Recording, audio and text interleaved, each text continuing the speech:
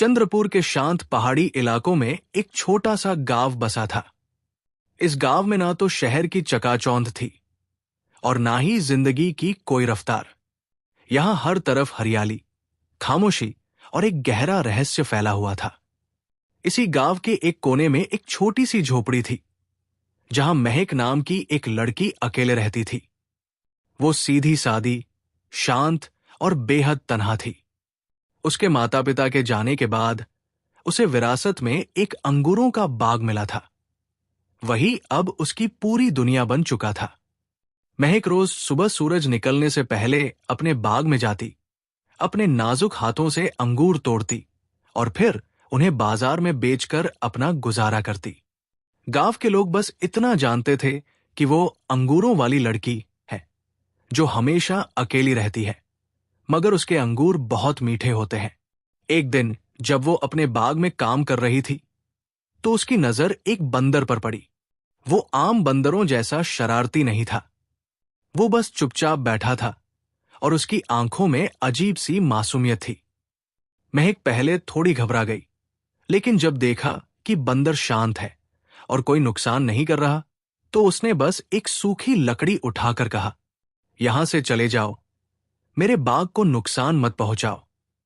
लेकिन बंदर वहीं बैठा रहा। उसकी आंखों में डर नहीं, बल्कि जैसे कोई दर्द छुपा हुआ था। महक धीरे धीरे उसकी तरफ बढ़ी। बंदर ने न तो कोई हरकत की और न ही नजरें उठाई, बस आंखें नीची कर ली। महक कुछ पल खामोश रही, फिर हल्के से बोली, "ठीक है, रह सकते हो, बस कुछ तोड़फोड़ मत करना।" उस दिन से वो बंदर रोज आने लगा, एक कोने में बैठा रहता और महक अपना काम करती। कुछ ही दिनों में दोनों के बीच एक अनकहा रिश्ता बनने लगा। महक ने उसका नाम मोनी रख दिया। अब मोनी हर दिन उसकी मदद करता, शाखों से अंगूर तोड़कर नीचे गिराता और कभी कभी इनाम के लिए हाथ भी फैला देता। महक उससे बातें करने लगी, जैसे वो सब समझता हो। वो कहती, "काश मेरी मम्मी होती, वो भी तुम्हारी तरह शांत स्वभाव की थी।" मोनी उसकी बातें चुपचाप सुनता, कभी हल्के से सिर हिलाता, कभी लंबी सांस भरता। महक को उसके साथ अजीब सा सुकून मिलने लगा था। एक दिन अचानक बारिश शुरू हो गई। महक अपनी झोपड़ी की तरफ भागी, लेकिन पीछे मुड़कर देखा तो मोनी अभी भी बाग में अकेला भीग रहा था। महक का दिल भर आया। वो वापस दौड़ी और मोनी के पास पहुंची। "तुम मेरे साथ क्यों नहीं आए?" उसने पूछा। मोनी ने भीगी आंखों से उसकी तरफ देखा। महक ने उसका हाथ पकड़ा और कहा, "चलो मेरे साथ घर, अब तुम अकेले नहीं रहोगे।" उस दिन से मोनी उसकी झोपड़ी में रहने लगा। अब महक की तन्हा दुनिया में एक साथी था। वो उसे खाना खिलाती, उसके साथ बातें करती और हर जगह साथ लेकर जाती। "मोनी, चलो बाजार चलते हैं।"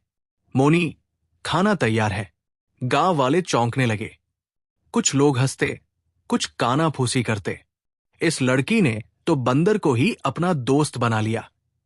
लेकिन महक को किसी की परवाह नहीं थी। उसकी दुनिया अब बस मोनी, उसका बाग और उसका सुकून था। कुछ महीनों बाद महक की तबीयत बदलने लगी। उसे चक्कर आने लगे, थकान महसूस होती थी। जब उसने गांव की दाई से चेकअप करवाया, तो दाई ने कुछ देर खामोशी के बाद कहा, "बेटी, तू मां बनने वाली है।"